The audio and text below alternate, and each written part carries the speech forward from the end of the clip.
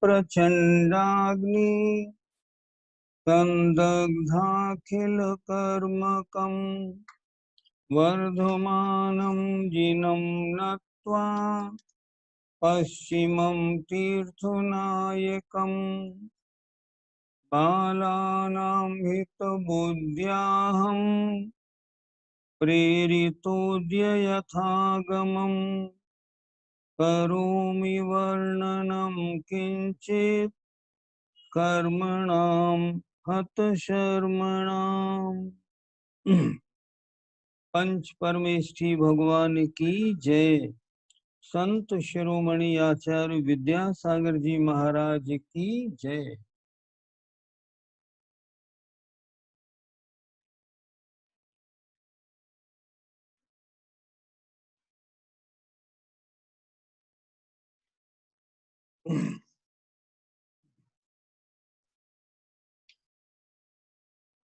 कल पहला अधिकार पूरा हो गया,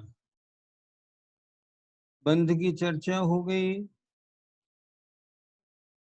कौन से सेनन वाला जीव कितने स्वर्ग और नरक तक जा सकता है ये भी चर्चा हो गई, आहारक शरीर की बात हो गई, और विशेष रूप में तीर्थंकर प्रकृति के बंध की चर्चा अच्छी तरह हो गई कल। अब आज से दूसरा अधिकार शुरू करते हैं। आइए, पृष्ठ 26, प्रश्न 140। बंध किसे कहते हैं? कषाय सहित जीव कर्मरूप होने के योग्य उद्गल परमाणुओं को जो ग्रहण करता है उसे बंध कहते हैं। जीव और कर्म का यह बंध नीर क्षीर के समान एक क्षेत्रावगा होकर संश्लेषात्मक संयोग रूप होता है। बंध का मतलब हुआ कार्माण वर्गणाओं का आत्मा के राग द्वेष के कारण कर्म रूप परिणमित होना, इसे कहते हैं आश्रव।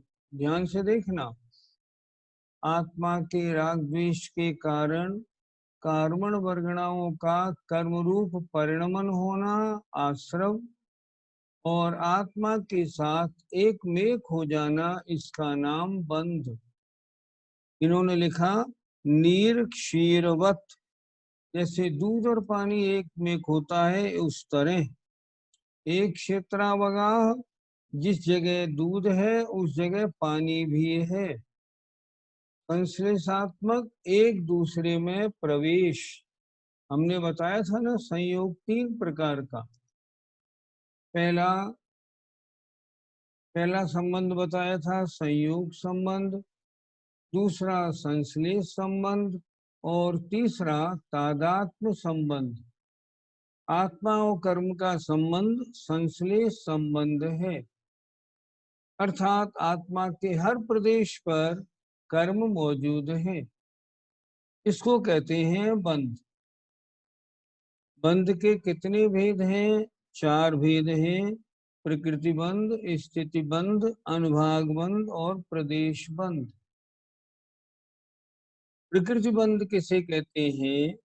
कर्म परमाणुओं में ज्ञान को आवृत करना आदि का स्वभाव पड़ना प्रकृति बंध है। प्रकृति माने कहते हैं नेचर, नेचर माने स्वभाव। जो कर्म बंधे हैं इनका नेचर क्या है, ये करेंगे क्या, इसका नाम प्रकृति बंध। स्थिति बंध किसे कहते हैं? कर्म प्रदेशों में फल देने की शक्ति का जो हीनाधिक काल है उसे स्थिति बंध कहते हैं, अर्थात ये कर्म परमाणु आत्मा के साथ कब तक जुड़े रहेंगे और फल देते रहेंगे उस टाइम को कहते हैं स्थिति बंध। एक कोड़ा कोड़ी सागर, दो कोड़ा कोड़ी सागर, इसे कहते हैं स्थिति बंध। अनुभाग बंध किसे कहते हैं? कर्म प्रदेशों में फल देने की शक्ति की जो हीना दिखता है उसे अनुभाग बंध कहते हैं। चारों बंधों का जो नाम है उस उस नाम से उनकी परिभाषा बना लीजिए। प्रकृति बंध, प्रकृति माने नेचर, बंधने वाले कर्मों का स्वभाव पड़ जाना। स्थिति कहते हैं रुकना, ये कर्म कितने समय तक रुकेंगे, स्थिति बंध। अनुभाग कहते हैं फल देने की शक्ति, इनकी फल देने की शक्ति हीन अधिक क्या है वो,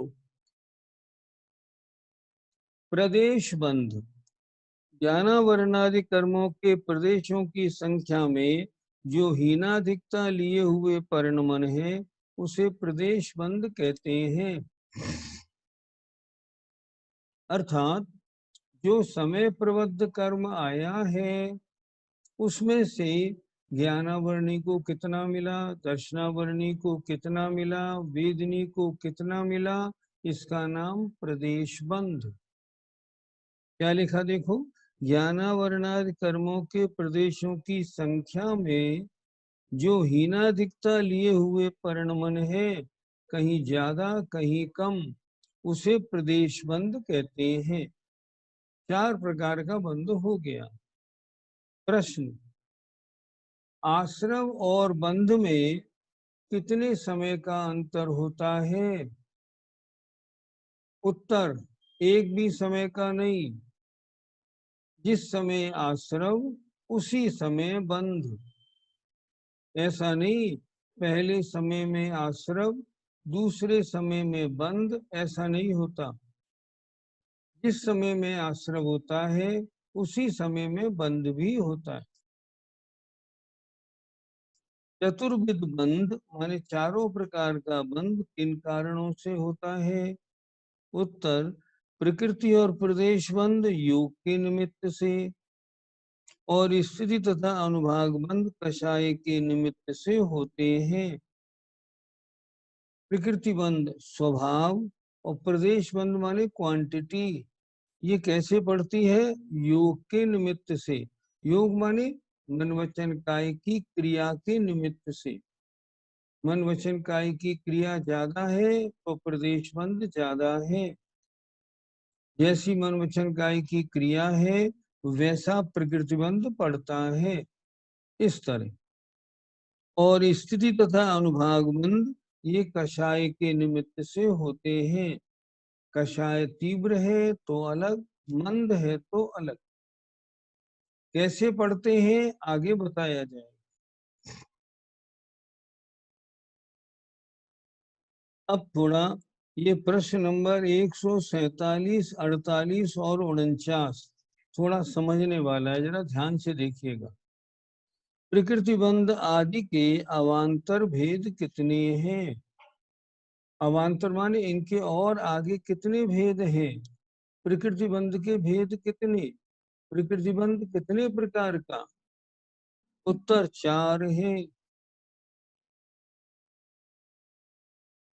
उत्कृष्ट, अनुत्कृष्ट, अजघन्य और जघन्य। ध्यान से पढ़िएगा, थोड़ा कड़ा है जरा।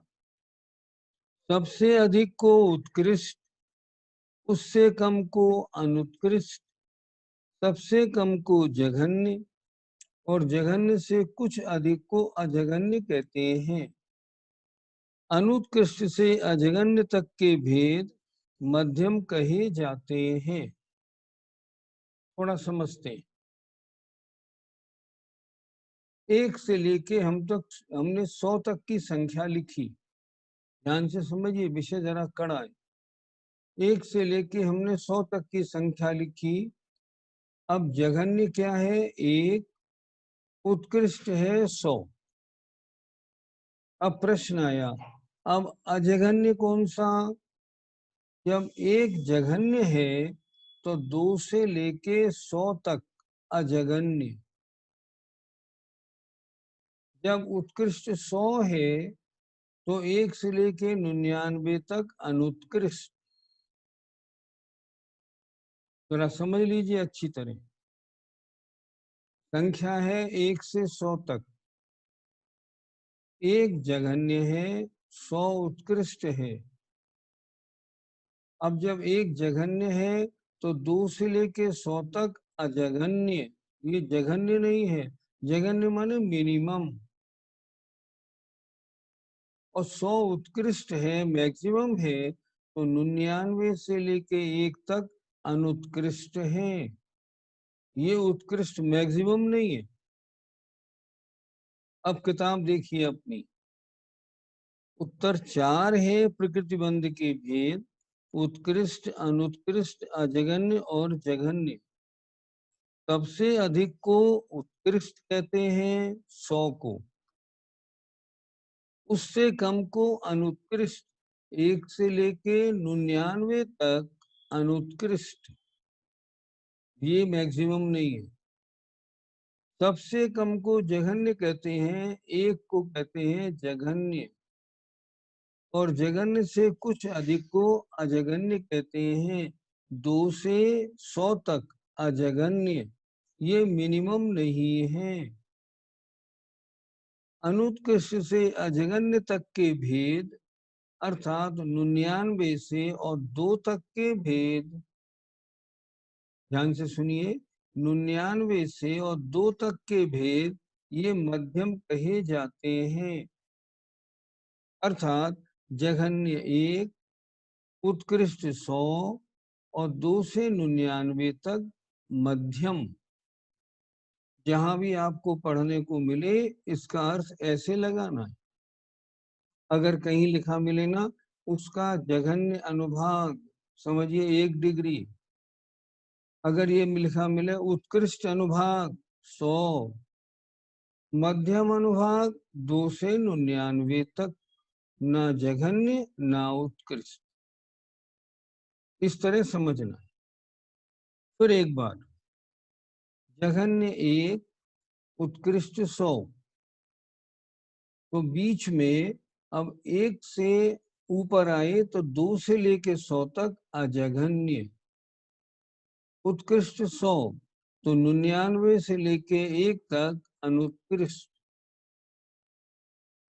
यहाँ क्या कह रहे हैं, जहां संख्या बताई जाए आपको कि ये जघन्य है, समझना 1 मिनिमम, ये उत्कृष्ट है मैक्सिमम, और जहां बताया जाए मध्यम तो मध्यम का मतलब 2 से लेके 99 तक, ना जघन्य ना उत्कृष्ट।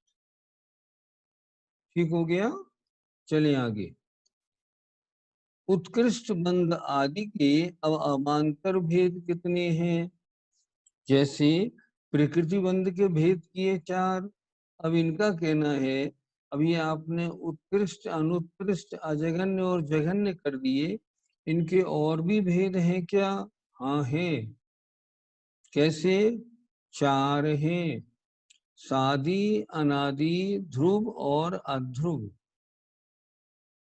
शब्द से परिभाषा निकालिए। जो बंध रुक कर पुनः जारी होता है वह सादी बंध है।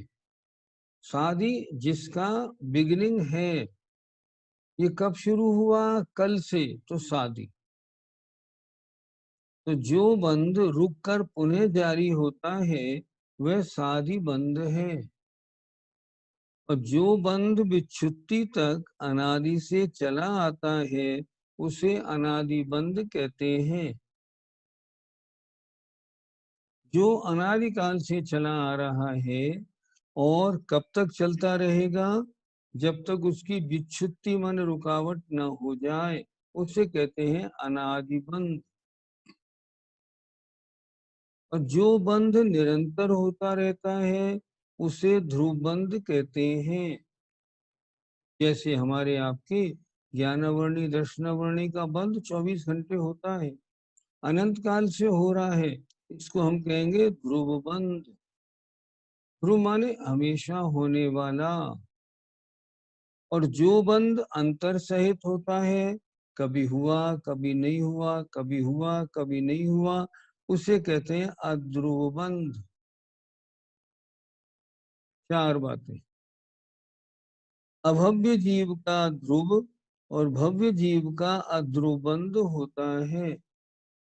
अर्थात अभव्य जीव को जो बंध हो रहा है वो तो अनादिकाल से है, क्योंकि वो अभव्य जीव है।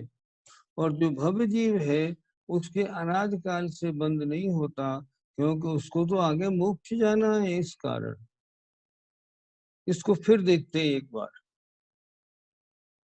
उत्कृष्ट बंध आदि के अवान्तर भेद कितने हैं? 4 हैं, सादि, अनादि, ध्रुव और अध्रुव। जो बंध रुककर पुनः जारी होता है वह सादि बंध है।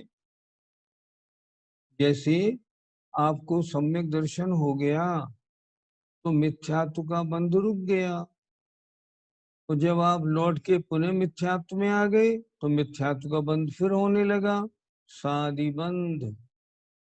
पहले अनादि था, अब जब दोबारा होने लगा तो हमने कहा सादि बंध है।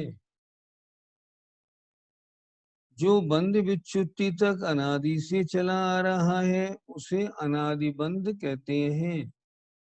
जो अनादि से चला आ रहा है और कब तक चलता रहेगा? जब तक कि उसके बंध में रुकावट नहीं आएगी, उसे हम कहेंगे अनादि बंध। और जो बंध निरंतर होता रहता है उसे कहते हैं ध्रुव बंध। और जो बंध कभी हुआ कभी नहीं हुआ, कभी हुआ कभी नहीं हुआ, जो बंध अंतर सहित होता है उसे अध्रुव बंध कहते हैं। 4 शब्द। ध्रुव माने निरंतर।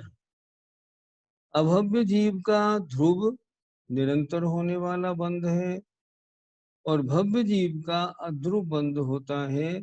सम्यक दर्शन वगैरह होते हैं तो उसके बंधों में रुकावटें आती रहती। आगे आइए। मूल प्रकृतियों में सादि, अनादि, ध्रुव, अध्रुव भेद किस प्रकार घटित होते हैं? मूल प्रकृतियों में पहले हम ये समझे, मूल प्रकृति और उत्तर प्रकृति क्या होती है। मूल प्रकृति ज्ञानावरण, उत्तर प्रकृति मति ज्ञानावरण, श्रुति ज्ञानावरण, अवधि ज्ञानावरण, ये उत्तर प्रकृति।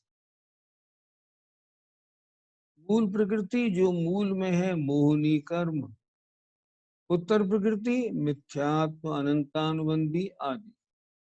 ऐसे तो मूल प्रकृतियों में मूल प्रकृति कितनी है? 8। उनमें सादि, अनादि, ध्रुव, अध्रुव भेद किस प्रकार घटित होते हैं? इनमें घटाइए। उत्तर, वेदनी और आयु कर्म को छोड़कर शेष 6 कर्मों का सादि, अनादि, ध्रुव और अध्रुव चारों प्रकार का बंध होता है मूल प्रकृति में।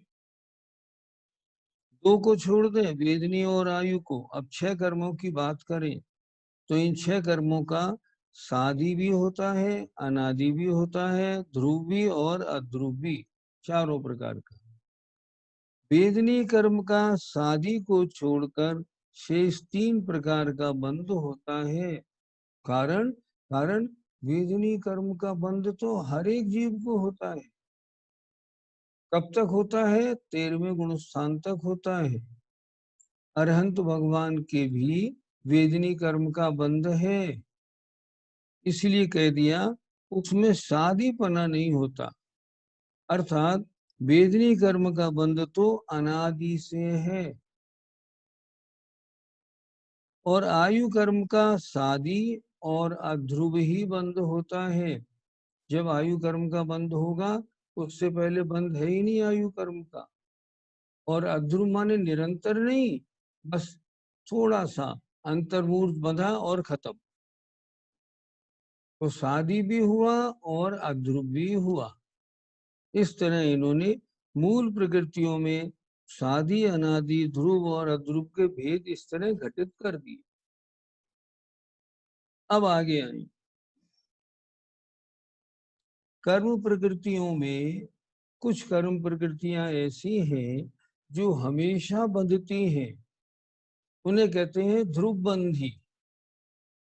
वो कौन सी हैं? देखिए प्रश्न क्या है। ध्रुव बंधी प्रकृतियां किन्हें कहते हैं? और वे कितनी तथा कौन कौन है?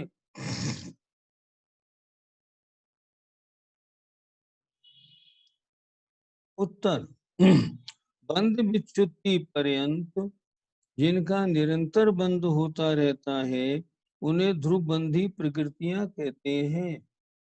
बंध विच्युति बंध में रुकावट आने तक,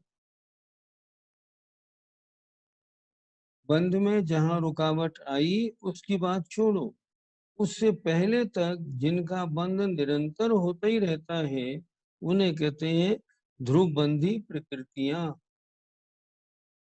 वे 47 हैं। कौन कौन सी है?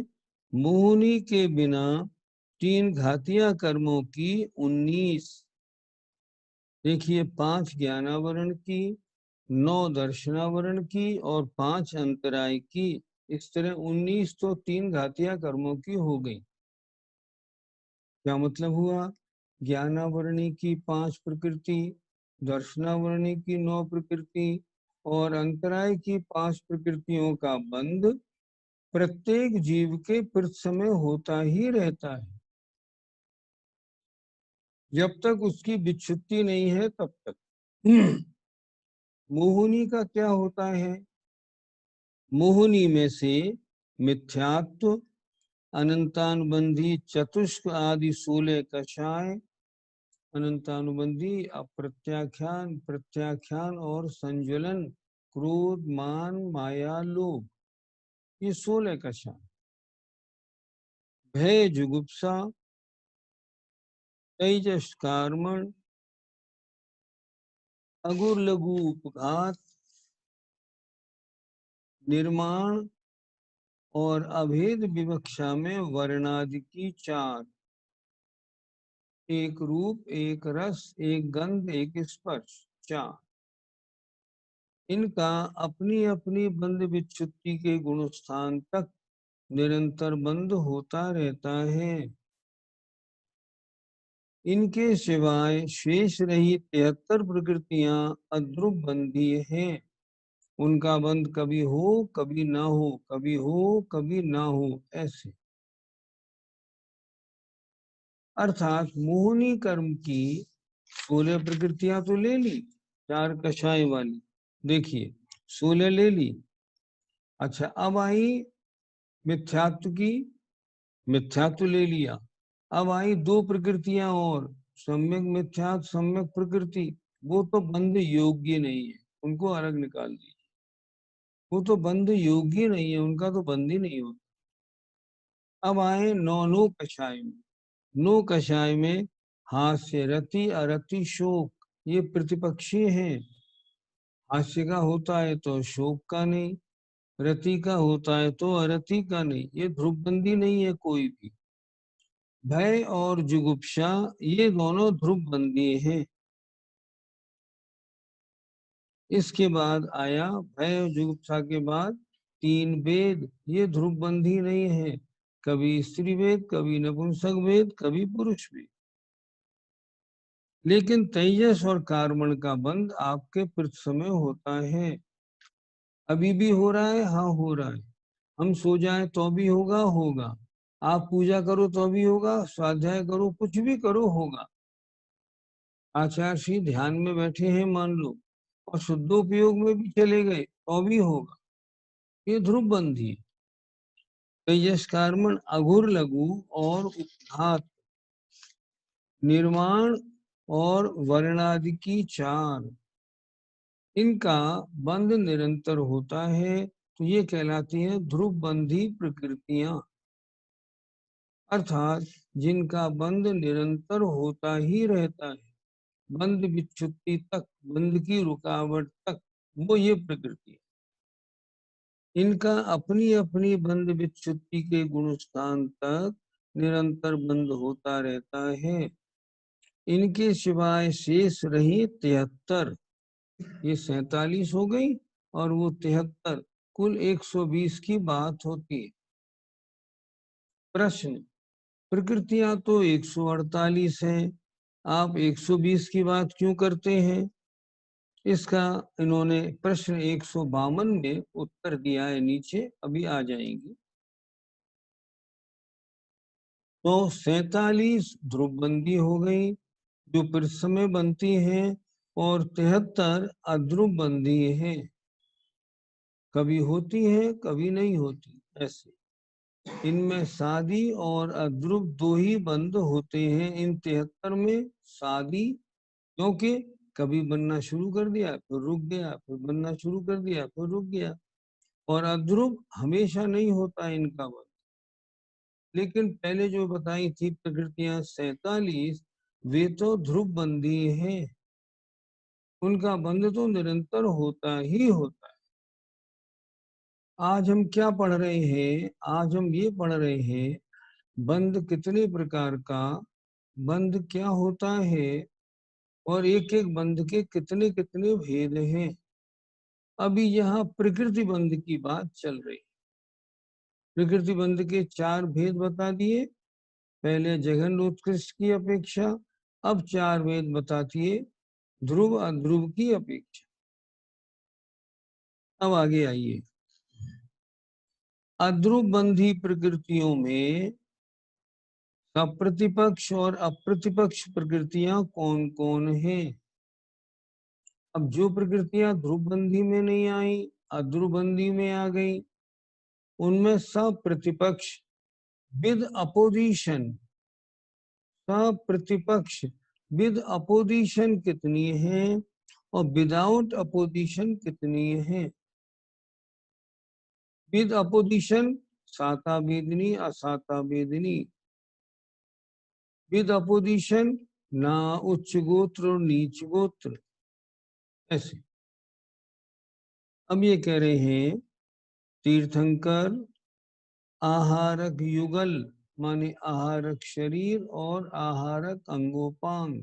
युगल माने जोड़ा, आहारक का जोड़ा, अर्थात आहारक शरीर आहारक अंगोपांग, और परघात उच्छ्वास आतप उद्योत और चारों आयु। ये 11 प्रकृतियां अप्रतिपक्ष माने विरोधी रहित हैं। अर्थात तीर्थंकर प्रकृति नहीं बंधेगी तो क्या बंधेगा? नहीं, ऐसा कुछ नहीं। अब आहारक नहीं बंधेगी तो क्या बंधेगा? नहीं, इनका भी कोई प्रतिपक्ष नहीं है। परघात का, उच्छ्वास का, आतप उद्योत और चारों आयु में ये 11 प्रकृतियां अप्रतिपक्ष माने विरोध रहित हैं। अर्थात जिस समय इनका बंध होता है उस समय होता ही है, और न होवे तो नहीं होता। अब देखो प्रतिपक्ष में जिस समय साता वेदनी का होता है, साता का नहीं हुआ तो असाता का, नहीं हुआ तो साता का, नहीं हुआ तो असाता का। लेकिन इन प्रतिपक्ष में ऐसा नहीं है कि अगर तीर्थंकर का बंध नहीं होगा तो किसका होगा बदले में? नहीं, ऐसा कुछ नहीं। आहारक युगल का नहीं होगा तो किसका होगा बदले में? नहीं, प्रतिपक्ष कोई विरोधी नहीं है इसका।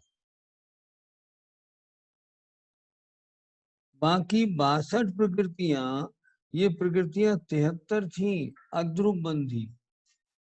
120 में से 47 ध्रुव बंदी हो गई तो 73 अध्रुव बंदी हुई।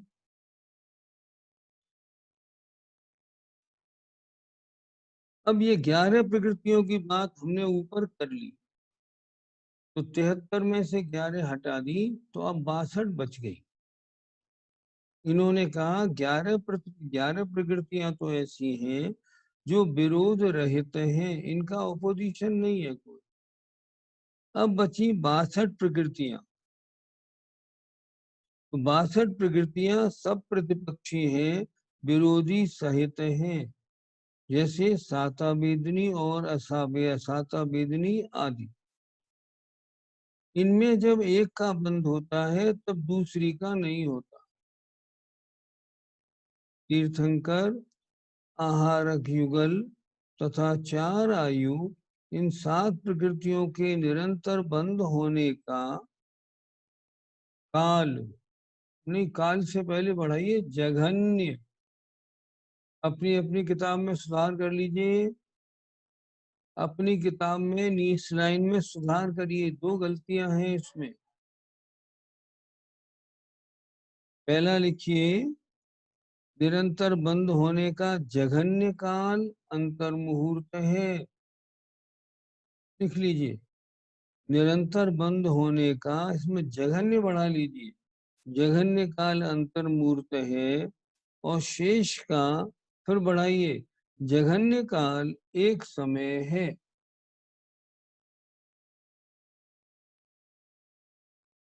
नीचे की लाइन में क्या किया आपने, होने का जघन्य काल अंतर मुहूर्त है और शेष का जघन्य काल एक समय है।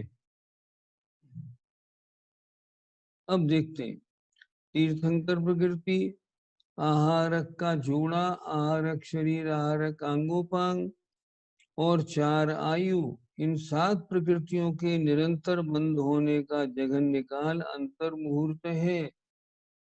क्या मतलब, जब भी ये प्रकृतियां बंधेगी, कम से कम अंतर मुहूर्त तक लगातार बंधेगी ही बंधेगी। ऐसा नहीं होगा जो एक समय बंधी और बंद होना रुक गया, नहीं, ऐसा नहीं होगा।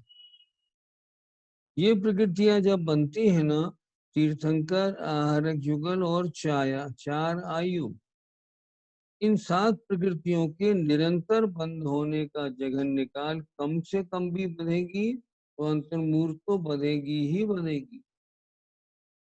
और बाकी जो और बची उनका शेष का जघन्य काल एक समय है।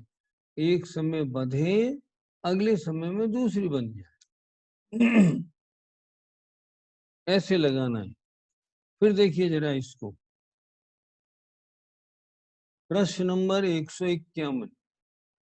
अध्रुबंदी प्रकृतियों में सप्रतिपक्ष और अप्रतिपक्ष प्रकृतियां कौन कौन है? सप्रतिपक्ष जिनका अपोजिशन है, अप्रतिपक्ष जिनका अपोजिशन नहीं है। उत्तर, तीर्थंकर, आहारक युगल माने आहारक शरीर, आहारक आंगोपांग और परघात, उच्छ्वास, आतप, उद्योत और 4 आयु। ये 11 प्रकृतियां विरोधी रहित हैं, अर्थात जिस समय इनका बंद होता है उस समय होता ही है, अंतर मुहूर्त है। अर्थात ये 7 प्रकृतियां जब भी बंधेगी तो एक समय के लिए नहीं बंधेगी, जब भी बंधेगी ना तो अंतर मुहूर्त के लिए बंधेगी बंधेगी। और शेष का जघन्य काल एक समय है। इन 11 के अलावा जो और 62 प्रकृति है, उनका अगर बंद हो तो एक समय हो, अगले समय में हो या ना हो, ये इनका कहने का मतलब। अब आए प्रश्न 152। बंध, उदय और सत्व योग प्रकृतियां कितनी हैं? कितनी प्रकृतियां बंध योग्य है, कितनी उदय योग्य है और कितनी सत्व योग्य है? जरा इसको अच्छी तरह समझना। किताब देखें। आचार्यों ने बंध और उदय का वर्णन अभेद विवक्षा से किया है और सत्व का भेद विवक्षा से। सत्व का वर्णन किया है भेद कर करके 148 की अपेक्षा, और बंद और उदय का जो वर्णन किया है वो 120 की अपेक्षा, ये समझना है। फिर देखिए, आचार्यों ने बंद और उदय का वर्णन अभेद विवक्षा से किया है और सत्व का भेद विवक्षा से किया है। भेद विवक्षा 148 की अपेक्षा, अभेद विवक्षा 120 की अपेक्षा। अभेद विवक्षा में प्रश्न खड़ा हुआ, आपने अभेद विवक्षा में 120 का वर्णन क्यों किया? उत्तर मिला 5 बंधन 5 संघात।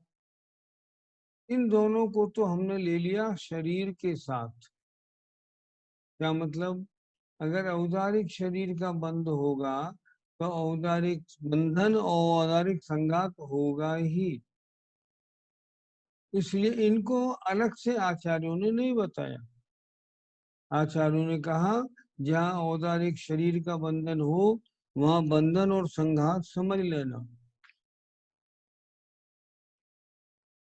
और वर्णाधिक की 16, वर्णाधिक की 20 होती हैं, उनमें से 4 की बात तो ऊपर हो गई। अब ये 16 और बच गई। 16 और 10 ये 26 हो गई। 5 बंधन और 5 संघात, 26। और सम्यक मिथ्यात्व और सम्यक प्रकृति, इस प्रकार 28 प्रकृतियों के कम होने से 120 प्रकृतियां बंध योग्य है। फिर एक बार देखते हैं। आपने यहाँ भेद विवक्षा अभेद विवक्षा में 120 का वर्णन क्यों किया? तो इन्होंने बताया रूप रसगंध स्पर्श 20 में से एक समय 4 बनती है, हमने 16 घटा दी। और जो शरीर होता है वही बंधन होता है और वही संघात होता है, इसलिए वो 4 और घटा दी, मतलब 10 और घटा दी, इसलिए 10 वो घटा दी, बंधन और संघात। देखिए अभेद विवक्षा में 5 बंधन 5 संघात और वर्णादि की 16, 26 घटा दी। और सम्यक मिथ्यात्व और सम्यक प्रकृति ये और घटा दी। इसमें घटा दी अभेद विवक्षा में। इस प्रकार 28 प्रकृतियों के कम होने से 120 प्रकृतियां बंध योग्य हैं, क्योंकि सम्यक मिथ्यात्व बंध योग्य नहीं है। सम्यक मिथ्यात्व तो सत्ता में आ जाती है जब मिथ्यात्व के 3 टुकड़े होते हैं तब।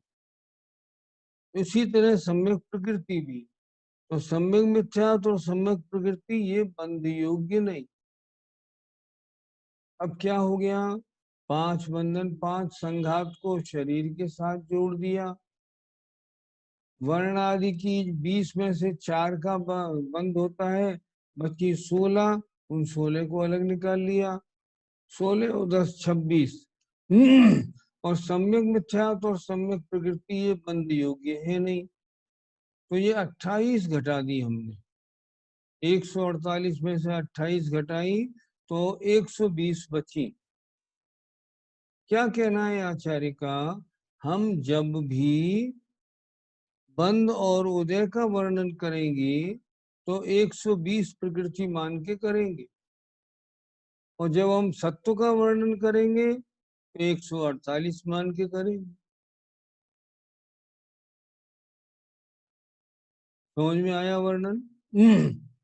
जब बंध और उदय का वर्णन होगा तो 120 मान के होगा, और जब सत्व का वर्णन होगा तो 148 मान के होगा। ये समझ में। सम्यक मिथ्यात्व और सम्यक प्रकृति का उदय आता है, इसलिए उदय योग्य 122 प्रकृतियां हैं। अब बंद योग्य 120, लेकिन सम्यक मिथ्यात्व सम्यक प्रकृति बंद योग्य नहीं, लेकिन उदय योग्य है, इसलिए उदय के हिसाब से 2 और जुड़ के हो गई 122। बंद योग्य 120, उदय योग्य 122, सत्व योग्य 148। ये समझना है। आगे आगे सारी चर्चा इसी बेस पे की जाएगी। सम्यक मिथ्यात्व का उदय तृतीय गुण स्थान में और सम्यक प्रकृति का उदय चतुर्थ से लेकर सप्तम गुण स्थान तक होता है।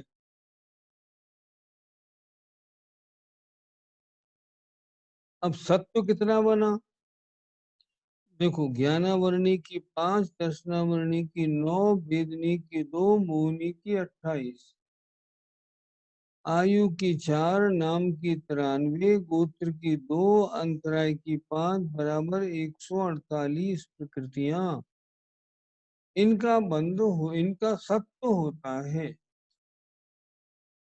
बंध 120 का, उदय 122 का, सत्व 148 का। ऐसे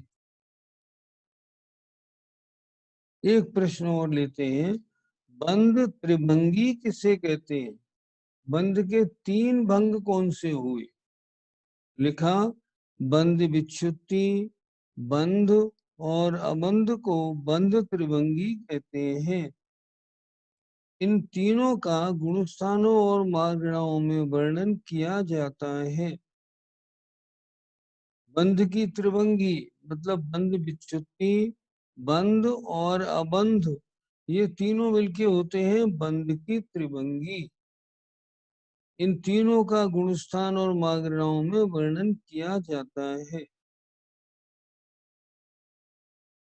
जरा थोड़ा सा रिवीजन कर लें, आज हमने क्या क्या पढ़ा।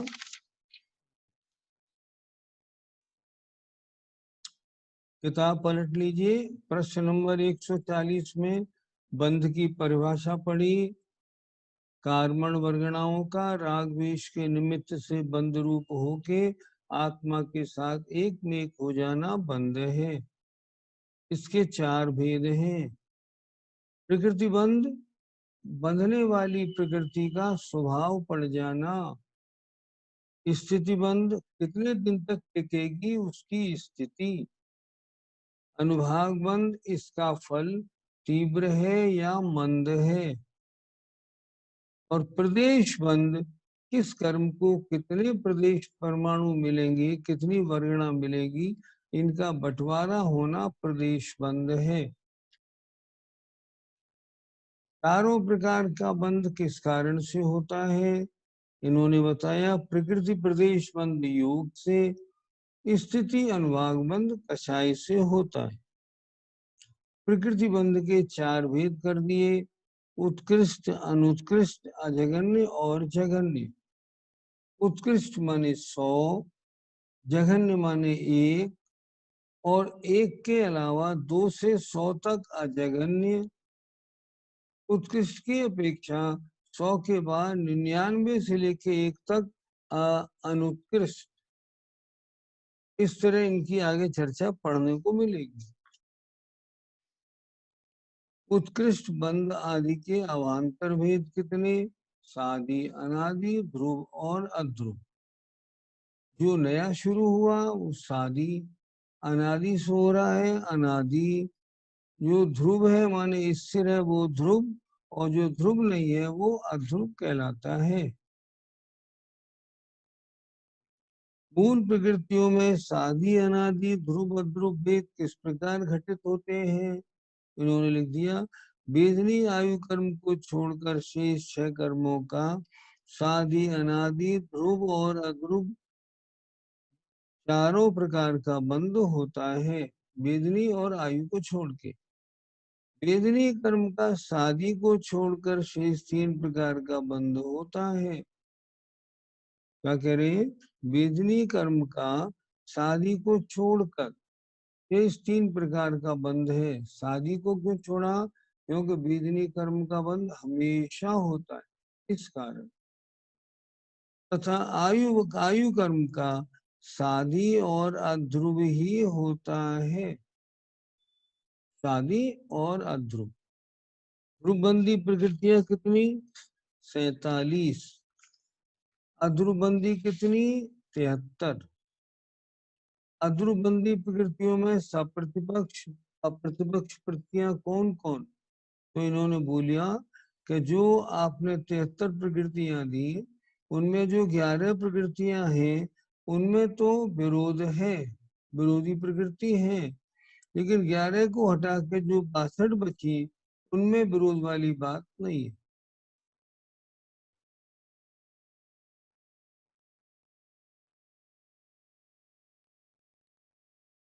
ठीक हो गया। अब आगे, अध्रुवबंदी में सप्रतिपक्ष, अप्रतिपक्ष, तीर्थंकर, आहारक युगल, परघात, उच्छ्वास, आतप, उद्योत और चारों आयु, ये 11 प्रकृतियां विरोधी रहित हैं। जिस समय इनका बंध होता है उस समय होता है, ना होवे तो ना हो। बाकी जो 62 प्रकृतियां हैं वो सब प्रतिपक्षीय हैं। अब प्रश्न नंबर 152, बंध योग्य प्रकृतियां 120, उदय योग 122 और सत्य योग 148 प्रकृतियां होती। बंध की त्रिभंगी का मतलब होता है बंध विच्छुत्ति कब, बंध कब और अबंध कब, ये समझना बस। इस तरह ये हो गई बंध की त्रिभंगी। आज यहीं तक, शेष कल देखते हैं। थोड़े प्रश्न देख लेते हैं। क्या विदेह क्षेत्र के गणधर को तीर्थंकर प्रकृति बंद हो सकता है क्या? नहीं, गणधरों को तीर्थंकर प्रकृति का बंद नहीं होता। नंबर दूसरा, तीर्थंकर प्रकृति जब बंद होता है तब दर्शन विशुद्धि होना चाहिए या पूर्व में दर्शन विशुद्धि हुई होगी? नहीं, उस समय होनी चाहिए, उस समय होनी चाहिए और विश्व कल्याण की भावना भी होनी चाहिए। आगे, आहारक शरीर जब केवली या शुद्ध केवली के पास जाता है शंका का समाधान करने के लिए, तो क्या उनके साथ पिच्छी होगी? इस बारे में मेरे पढ़ने में कहीं आया नहीं, लेकिन मेरे ख्याल में नहीं होगी, क्योंकि वो तो एक बिल्कुल आदमी के कद का एक पुतला होता है, इसलिए पिच्छी नहीं होनी चाहिए। लेकिन मैंने कहीं इसको पढ़ा नहीं। प्रश्न आपका अच्छा है, इसको ध्यान में रखेंगे और पूछेंगे, आगे देखेंगे। आगे आइए।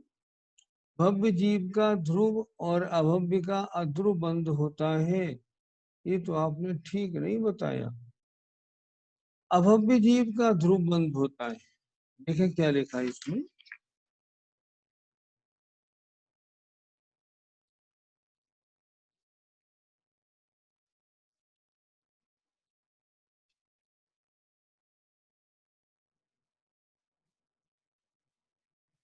अभव्य जीव का ध्रुव बंध है, बिल्कुल। आपने लिखा अभव्य का अध्रुव बंध, ये प्रश्न आपका गलत है। तो शादी और अनादि भी लगा सकते हैं, हाँ, उसमें कोई बात नहीं। जो ध्रुवबंदी है उनका तो अनादि है, और ध्रुवबंदी नहीं है उनका शादी हो सकता है। प्रश्न नंबर 150 फिर से समझा दीजिए। हाँ, देखिए जरा। बंध विच्छुत्ति तक जिनका निरंतर बंध होता है, ये 47 प्रकृतियां ऐसी हैं, इनका बंध निरंतर हर जीव के होता है। कब तक होगा? जब तक कि इनके बंध की विच्युति माने रुकावट नहीं हो जाएगी, तब तक बराबर होगा। जैसे इन्होंने ये मोहनी वगैरह की प्रकृतियां बता दी, इनका अपनी अपनी बंध विच्युति के गुणस्थान तक, जहां तक इनके बंध में रुकावट नहीं है वहां तक निरंतर बंध होता है। इनके सिवाय शेष 73 प्रवृत्तियां अद्रुप बंदी हैं, इनमें शादी और अद्रुप दो ही बंध होते हैं। ठीक है।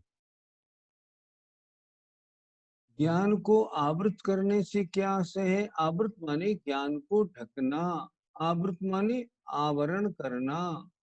ज्ञानावरण कर्म किसे कहते हैं? जो ज्ञान को ढके। आठवें गुणस्थान के छठे भाग से क्या मतलब ले? आठवें गुणस्थान के 7 भाग होते हैं, उसमें छठे भाग तक आहारक प्रकृति का या तीर्थंकर प्रकृति का बंध होता है, 7वें में नहीं होता। अंतर्मूर्त जघन्य और उत्कृष्ट रूप होता है, वो कितना होता है? अंतर्मूर्त जघन्य होता है 1 आवली प्लस 1 समय। अंतर्मूर्त उत्कृष्ट होता है एक 48 मिनट का मुहूर्त माइनस 2 समय, क्योंकि अंतर मुहूर्त में 48 मिनट माइनस 1 समय का होता है भिन्न मुहूर्त, और 48 मिनट माइनस 2 समय का होता है अंतर उत्कृष्ट अंतर मुहूर्त। वर्तमान में हम कौन से स्वर्ग तक जा सकते हैं? आपको 8वां स्वर्ग मानना चाहिए, क्योंकि असम प्राप्ता श्रीपाठ का शयनन जनरली सबके होता है। आगे, दूसरी या तीसरे नरक वाला जीव जिसने तीर्थंकर नाम कर्म का बंध किया है, अगले भाव में वह तीर्थंकर बनेगा। तीर्थंकर तो छायक सम्यक्ति होते हैं। छायक सम्यक तो केवली के पाद मूल में होता है। 2 या 3 नरक में उनको केवली का पाद मूल कैसे मिलता है? नहीं, उनके अभी छायक सम्यक तो नहीं हुआ। दूसरे तीसरे नरक में जो जाते हैं वो छायोपशमिक सम्यक्ति होते हैं। जब वो वहां से निकल के यहाँ जन्म ले लेते हैं तीर्थंकर के रूप में, तो जब वो दीक्षा लेते हैं उस समय स्वयं शुद्ध केवली बन जाते हैं और उनका छायोपशमिक सम्यक तो छायिक बन जाता है। उन्हें केवली शुद्ध केवली का पादमूल फिर रिक्वायर्ड नहीं रहता। 2 या तीसरे नरक वाला जीव जिसने तीर्थंकर नाम कर्म का बंध किया है, क्या वह नरक में मारकाट करता है? वो तो करना ही पड़ेगा, मजबूरी है। अगर करता है तो भेद विज्ञान नहीं करेगा, भेद विज्ञान सहित करता है। जो सम्यक दृष्टि नहीं, छायिक सम्यक दृष्टि जीव है, क्या वे यहाँ मनुष्य अवस्था में युद्ध नहीं करते? वो तो करते हैं, उसमें कोई आपत्ति नहीं। आगे, तीर्थंकर प्रकृति का बंध एक बार होने के बाद तो निरंतर ही होता है, फिर उसे ध्रुव में क्यों नहीं लिया? क्योंकि ध्रुव नहीं, अभी अभी तो शुरू हुआ है, इसलिए ध्रुव बंदी नहीं है।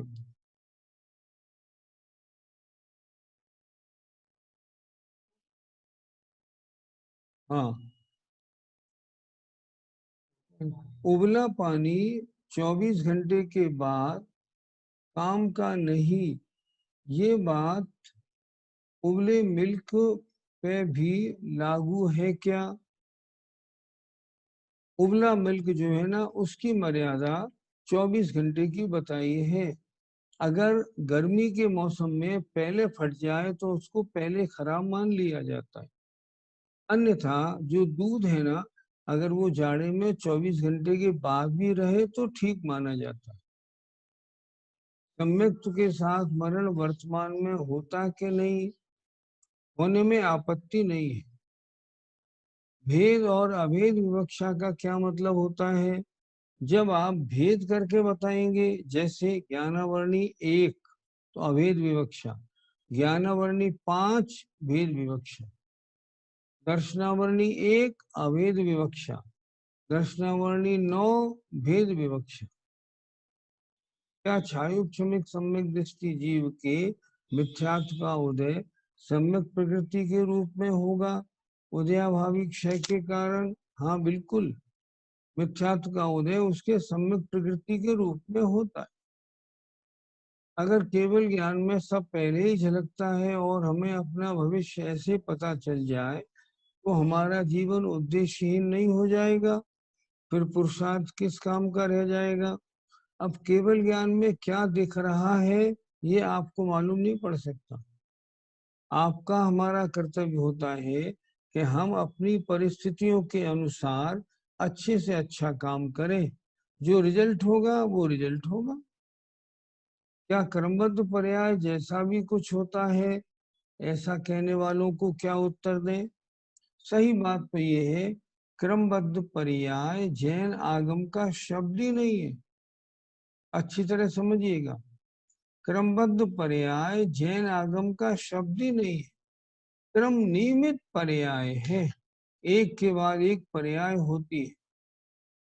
जो ये लोग कहते हैं सोनगढ़ वाले कि क्रमबद्ध पर्याय का मतलब, मैंने एक लेख पढ़ा था कांजी स्वामी का, उसमें वो कह रहे थे तुम क्या समझते हो, जिस समय ये मेज बननी होगी लकड़ी को यहाँ दौड़ के आना पड़ेगा, कीले ठुकने लगेंगी, हथौड़ियां चलने लगेंगी और बढ़ई काट अपने आप करेगा और ये बन ही जाएगी, इसे कोई रोक नहीं सकता। हमारे यहाँ शास्त्रों में ऐसा कोई वर्णन नहीं है कि सर्वज्ञ या भगवान के ज्ञान के अनुसार कार्य होता है, इसलिए उनका क्रमबद्ध पर्याय गलत है बिल्कुल। इसके लिए क्या होता है, हमारा क्या परिणमन होगा इसे केवली पहले से जानते हैं, पर केवली ने जो जाना है हमको वैसा करना है, नहीं ये कुछ नहीं, ऐसा नहीं। क्रमबद्ध पर्याय तो वास्तव में मिथ्यात्व है, धारणा बिल्कुल गलत है। सम्यक्त्व के साथ जीव नरक जा सकता है क्या? क्यों, श्रेणिक महाराज गए कि नहीं गए? ओके, कोई, हाँ ठीक। कृपया अनादिबंध और ध्रुवबंध में फर्क उदाहरण सहित समझाइए। अनादिबंध ऐसा है जो अनादिकाल से हो रहा है, और ध्रुवबंध वो है जो निरंतर होता है, आगे भी होता रहेगा। आगामी भव शुभ हो इसके लिए क्या भावनाएं रखें? छठे काल में दुख न पाए इसके लिए क्या करें? छठे काल में दुख न पाए इसके लिए क्या करें? डर लगता है, आपका क्या स्वप्न है एवं क्या प्रयास आप कर रहे हैं? आगामी भव शुभ हो इसके लिए क्या भावना रखे? निरंतर शुभोपयोग में लगे रहिए, अशुभोपयोग से बचिए, तो आपका गतिबंध अच्छा होगा और बाद में फिर आयुबंध भी अच्छा होगा। इसलिए आप अपनी भावनाओं को बिल्कुल शुभोपयोग रूप बना लीजिए, सब कुछ ठीक हो जाएगा। जैसे किसी के एक सागर की स्थिति के साथ कर्म का बंध हुआ, तो एक सागर तक निरंतर उदय होगा या एक बार कभी भी उदय हो सकता है? नहीं, निरंतर। जितने परमाणु एक समय में लिए और उनकी एक सागर की स्थिति बांधी, तो एक सागर के जितने समय है आवारा काल छोड़ के, उतने समय प्रमाण वह कर्म बट जाता है निषेकों में, और एक एक निषेक एक समय उदय में आता है। प्रश्न 149 में वेदनी कर्म का ध्रुवबंध कैसे लगाया? प्रश्न 149।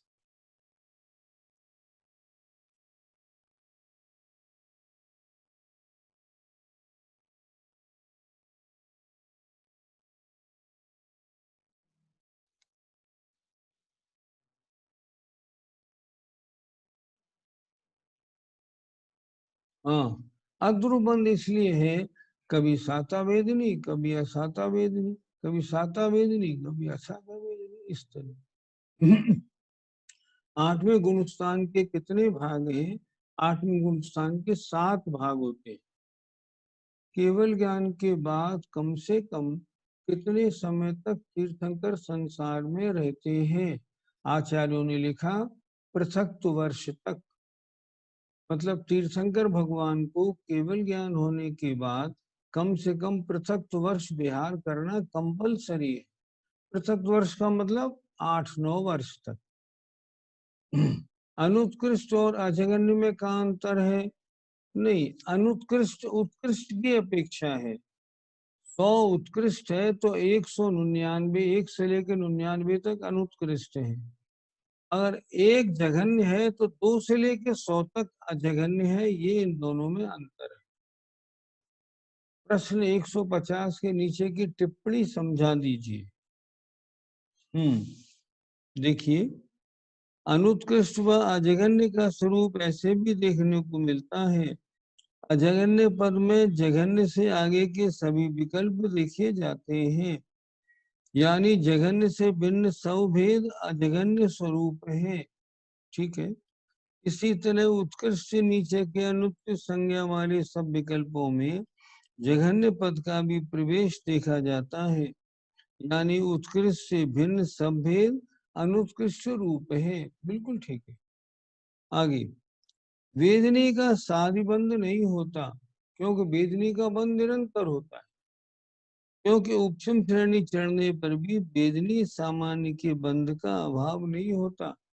कोई उपशम श्रेणी चढ़ के वो 11वें गुण स्थान में आ जाएगा, तो 11वें गुण स्थान में भी वेदनी का बंध तो होगा ही होगा, वो रुकता नहीं है। इसलिए वेदनी का साधी बंध नहीं होता। पहले होने के बाद फिर रुकावट हो फिर शुरू हो, तब साधी बंध कहलाता है। श्री कृष्ण जी को इसके पाद मूल में शायिक सम्यक दर्शन होगा, जो भी उनके समय में होंगे, लेकिन वो तो अभी क्षायोक्षमिक सम्यक दृष्टि है। जब वो यहाँ जन्म लेंगे उस समय उन्हें किसी के पादमूल की आवश्यकता नहीं, खुद को अपने ही पादमूल में क्षायिक सम्यक दर्शन हो जाएगा। अनादिबंध को इंग्लिश में समझा दीजिए। अनादिबंध जो फ्रॉम द बिगिनिंग हमेशा से हो रहा है वो अनादिबंध। शादी को बिगिनिंग प्लस कंटिन्यूअस बोल सकते हैं क्या? हाँ बोल सकते हैं, कोई आपत्ति नहीं। अनादि और ध्रुव में क्या डिफरेंस है? अनादि काल की अपेक्षा है और ध्रुव निरंतर बंद होने की अपेक्षा, ये इन दोनों में अंतर है। चलो बढ़ो आगे।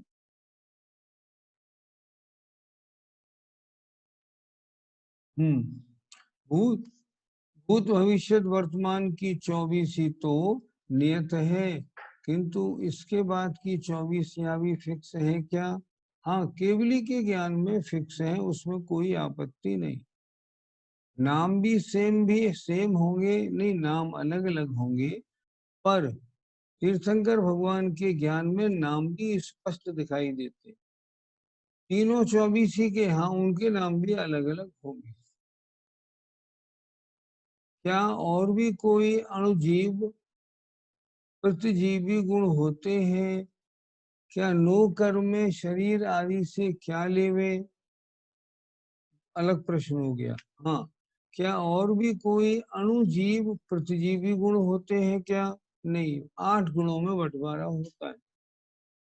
नो कर्म में शरीर आदि से क्या और लेवे? शरीर भी नो कर्म है, और जितने पदार्थ मुझे दिख रहे हैं ना, ये सब नो कर्म कहलाते। अचक्षु दर्शनावरण में 4 इंद्रियां एक साथ नहीं, इसका कोई विशेष कारण है क्या? कोई विशेष बात नहीं। कहते हैं कि दिन में सोने से दर्शनावरण बंद होता है, रात सोने पर नहीं होता क्या? नहीं होता, क्योंकि दिन सोने के लिए नहीं, जगने के लिए बनाया गया है। दर्शन तो बहुत सूक्ष्म विषय है, ये अपने पकड़ में कैसे आएगा? समझेंगे तो आ जाएगा, ऐसी कोई विशेष बात तो नहीं। दर्शनावरण को ज्ञानावरण से पहले क्यों नहीं लिया गया? क्योंकि दर्शनावरण हमारे समझ में नहीं आता, ज्ञानावरण तो हमारे आपके समझ में आता है। हम कहते हैं ये जीव है, क्यों? दर्शनावरण से नहीं, क्योंकि ज्ञानावरण से उनकी बात बनेगी, इस कारण। हम्म।